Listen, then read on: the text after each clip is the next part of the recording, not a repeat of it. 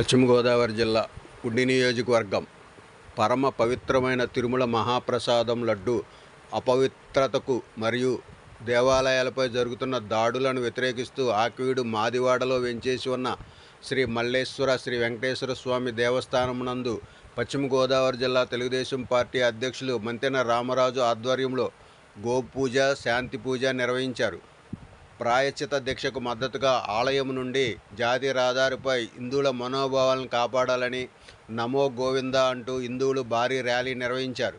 ఈ ర్యాలీలో పొట్టి శ్రీరాములు విగ్రహానికి మరియు డాక్టర్ బిఆర్ అంబేద్కర్ విగ్రహానికి, గాంధీజీ విగ్రహానికి పూలదండలు వేసి ఘనంగా నివాళులర్పించారు.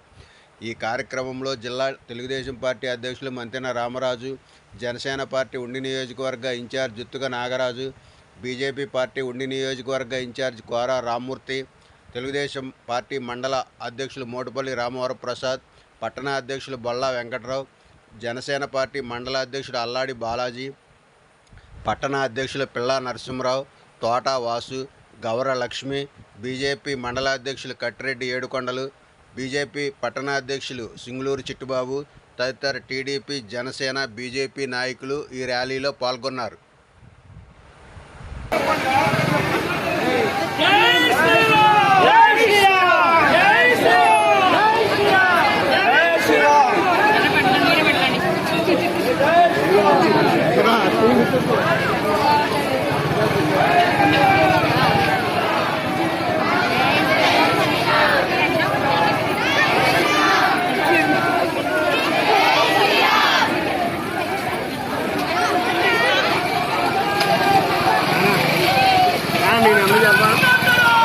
నేను ఎమ్మెల్యే చెప్పాలి.